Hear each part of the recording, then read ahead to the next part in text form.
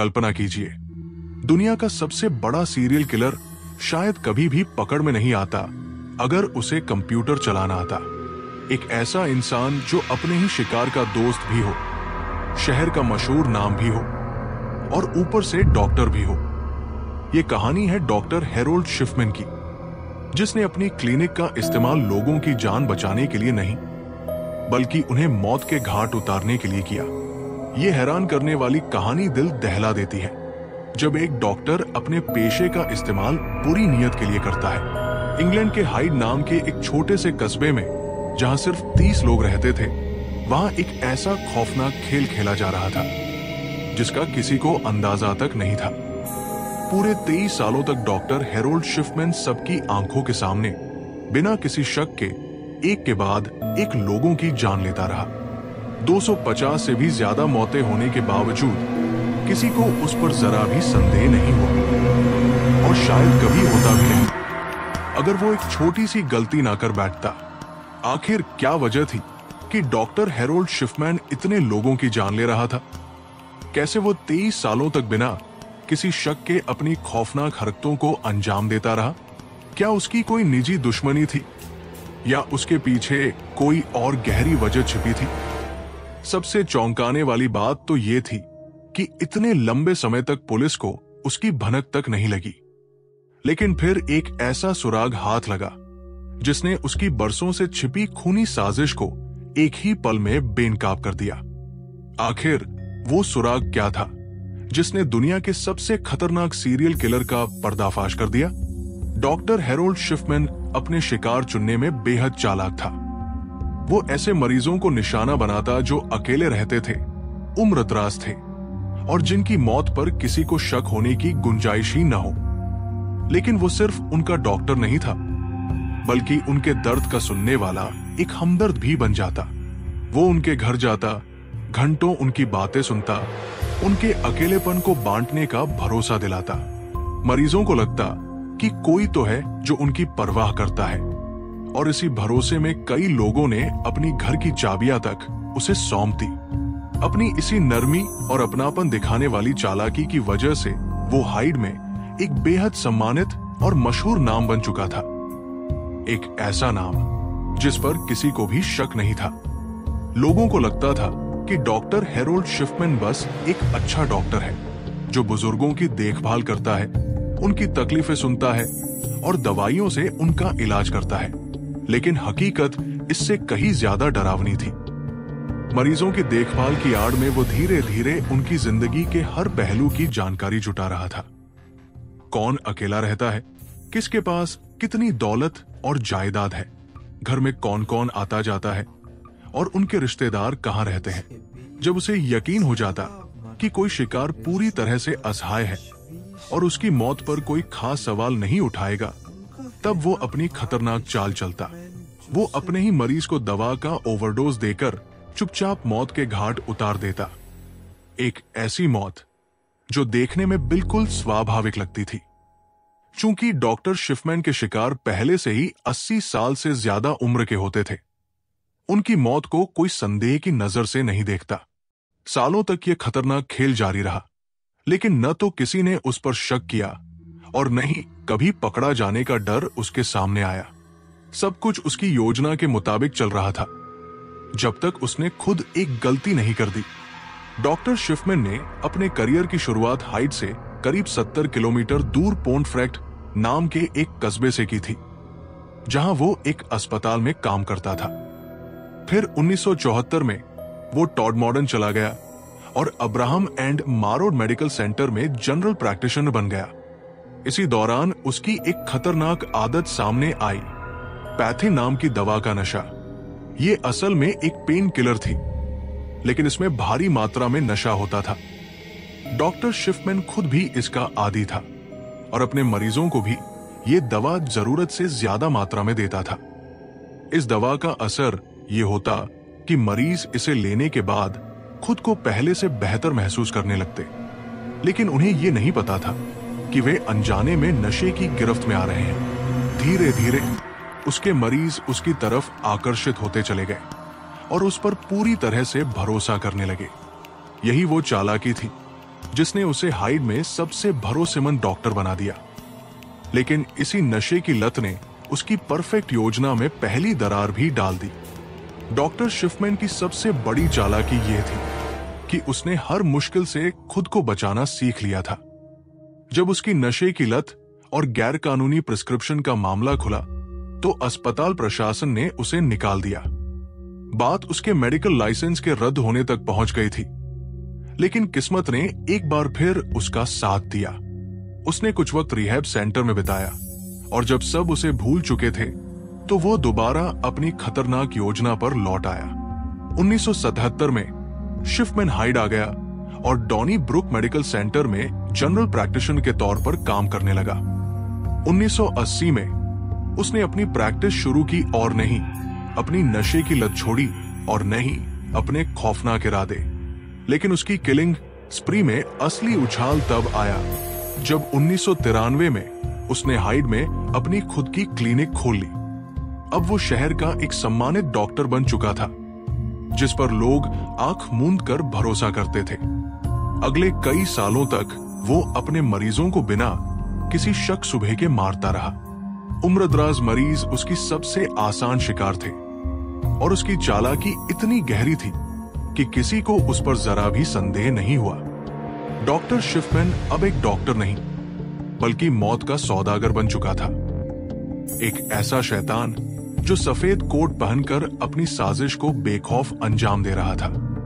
मार्च 1998 में पहली बार किसी ने डॉक्टर शिफमैन की हरकतों पर सवाल उठाया और ये शक करने वाली कोई आम इंसान नहीं बल्कि खुद एक डॉक्टर थी, डॉक्टर लिंडा रेनॉल्ड। वो शिफमैन की क्लिनिक के ठीक सामने स्थित ब्रूक सर्जरी में काम करती थी। उन्हें इस बात पर गहरा संदेह हुआ कि आखिर क्यों डॉक्टर शिफमैन के मरीजों की मौत की दर इतनी ज्यादा है। डॉक्टर लिंडा ने गौर किया कि सिर्फ 3 महीनों में शिफमैन के 16 मरीजों की मौत हो चुकी थी, जबकि उनके अपने अस्पताल जो शिफमैन की क्लिनिक से 3 गुना बड़ा था में इसी अवधि में सिर्फ 14 मरीजों की जान गई थी। ये अंतर इतना बड़ा था कि इसे नजरअंदाज करना नामुमकिन था। लेकिन असली झटका तब लगा जब यह पता चला कि शिफमैन के मरे हुए सभी 16 मरीजों को दफनाया नहीं गया था बल्कि उन्हें जला दिया गया था। ये एक खतरनाक संकेत था क्योंकि जलाए गए शवों से कोई भी फॉरेंसिक जांच नहीं हो सकती थी। अब यह मामला सिर्फ संदेह का नहीं बल्कि एक गहरी साजिश का संकेत दे रहा था। डॉक्टर शिफमैन इतने सालों तक जिस खेल को बिना किसी डर के खेलता रहा था वो अब पहली बार शक के घेरे में आ चुका था। यहां यह समझना जरूरी है कि क्रिश्चियन परंपरा के अनुसार ज्यादातर लोग अपने प्रियजनों को दफनाते हैं। सिर्फ कुछ ही परिवार अंतिम संस्कार के लिए जलाने का फैसला करते हैं। लेकिन डॉक्टर शिफमैन के 16 मरीजों के मामले में यह एक समान पैटर्न था। सभी को जलाया गया था। यह संयोग नहीं हो सकता था। डॉक्टर लिंडा रेनॉल्ड को जब यह एहसास हुआ कि मामला सामान्य नहीं है तो उन्होंने अपने संदेह को एक विस्तृत रिपोर्ट के रूप में मैनचेस्टर के कोरोनर को सौंप दिया। रिपोर्ट में उन्होंने ये भी लिखा कि डॉक्टर शिफमैन के मारे गए मरीजों में ज्यादातर बुजुर्ग महिलाएं थीं, जिन्हें उनके घरों में मृत पाया गया। लेकिन यहां जो बात सबसे ज्यादा चौंकाने वाली थी वो ये कि हर मौत एक अजीब पैटर्न में हुई थी। इन मरीजों को आमतौर पर कुर्सी पर बैठे हुए, अच्छे कपड़े पहने हुए मृत पाया जाता था, जैसे वे किसी से मिलने के लिए तैयार बैठे हों। और संयोग देखिए, मौत के वक्त या तो डॉक्टर शिफमैन खुद वहां मौजूद होता या फिर वो पहली बार मरीज के घर जाता और उसे पहले ही मृत पाता। ये इतना सामान्य नहीं था कि इसे नजरअंदाज किया जा सके। अब ये एक साधारण मेडिकल केस नहीं रह गया था। ये एक भयानक सच की परतें खोलने वाला मामला बन चुका था। डॉक्टर लिंडा रेनॉल्ड की रिपोर्ट के आधार पर पुलिस ने एक जांच शुरू की, लेकिन डॉक्टर शिफमैन के खिलाफ कोई ठोस सबूत नहीं मिला। सिर्फ 1 महीने बाद ही ये इन्वेस्टिगेशन बंद कर दी गई और शिफमैन बिना किसी परेशानी के अपने पुराने तरीके से मरीजों की जान लेने में जुटा रहा। असल में शिफमैन ने अपने मरीजों की मौत को कानूनी रूप देने के लिए एक चतुर तरीका अपनाया था। जब कोई मरीज मरता तो वो खुद फॉर्म B साइन करता, ये वही दस्तावेज होता है जिसमें मरीज की मौत का कारण दर्ज किया जाता है और जो इलाज करने वाला डॉक्टर जारी करता है। लेकिन असली खेल फॉर्म सी के साथ होता था। इस फॉर्म पर किसी दूसरे डॉक्टर को हस्ताक्षर करने होते थे जिससे मौत की पुष्टि की जाती थी। शिफमैन ने अपने संपर्कों का पूरा फायदा उठाया।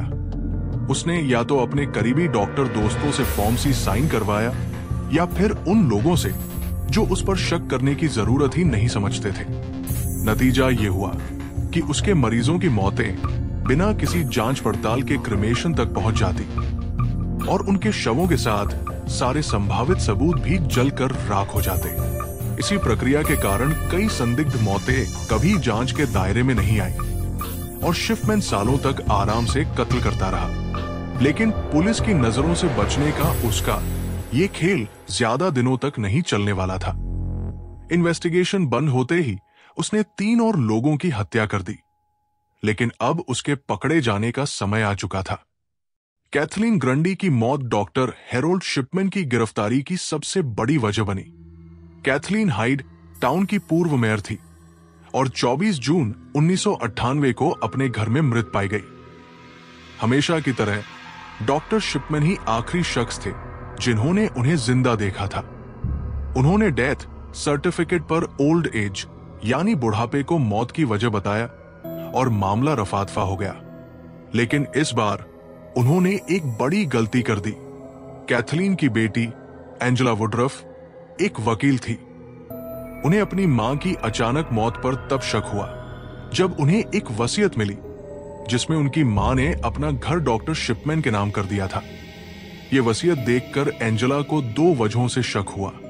पहली, उनकी मां के पास 2 घर थे, लेकिन वसीयत में सिर्फ एक घर का जिक्र था जो बताता था कि इसे किसी ऐसे व्यक्ति ने लिखा था जिसे दूसरे घर की जानकारी नहीं थी। दूसरी बात, उनकी मां कभी भी वसीयत में इस तरह का बदलाव नहीं करती, खासकर बिना अपने परिवार को बताए। एंजेला तुरंत पुलिस के पास गई और एक नई जांच शुरू हुई। कैथलीन ग्रंडी की बॉडी को कब्र से निकालकर ऑटोप्सी की गई। रिपोर्ट में पाया गया कि उनकी बॉडी में डायमोफेन यानी हीरोइन की भारी मात्रा थी, जो आमतौर पर पेन किलर के रूप में दी जाती है, लेकिन ओवरडोज जानलेवा हो सकता है। जब पुलिस ने डॉक्टर शिपमैन से पूछताछ की तो उन्होंने दावा किया कि ग्रंडी पहले से ही हीरोइन की आदी थी और ये बात उन्होंने अपने कंप्यूटराइज्ड मेडिकल जर्नल में भी दर्ज कर रखी थी। यहीं पर डॉक्टर शिपमैन फंस गए। उन्हें यह नहीं पता था कि कंप्यूटर में कोई भी एंट्री करने के बाद लास्ट डेट ऑटोमेटिक सेव हो जाती है। जब पुलिस ने जांच की तो पता चला कि उन्होंने ये हीरोइन एडिक्शन वाली एंट्री कैथलीन की मौत के बाद डाली थी, यानी वो झूठ बोल रहे थे और सबूत गढ़ रहे थे। इस मेडिकल एंट्री के अलावा पुलिस को वो टाइपराइटर भी मिल गया जिससे कैथलीन ग्रंडी की झूठी वसीयत लिखी गई थी। अब डॉक्टर शिपमैन की पोल पूरी तरह खुल चुकी थी। ये सबूत इतना ठोस था कि उनकी गिरफ्तारी तय थी। 1998 में पुलिस ने डॉक्टर हैरोल्ड शिपमैन को गिरफ्तार कर लिया और उनके खिलाफ केस दर्ज किया गया। आगे की जांच में और भी चौंकाने वाले खुलासे होने वाले थे। डॉक्टर हैरोल्ड शिपमैन का मामला एक ऐसा केस बन गया जिसे कभी भुलाया नहीं जा सकता। यह मामला इस हद तक जटिल था कि पुलिस और जांच एजेंसियों को महीनों तक कड़ी मेहनत करनी पड़ी।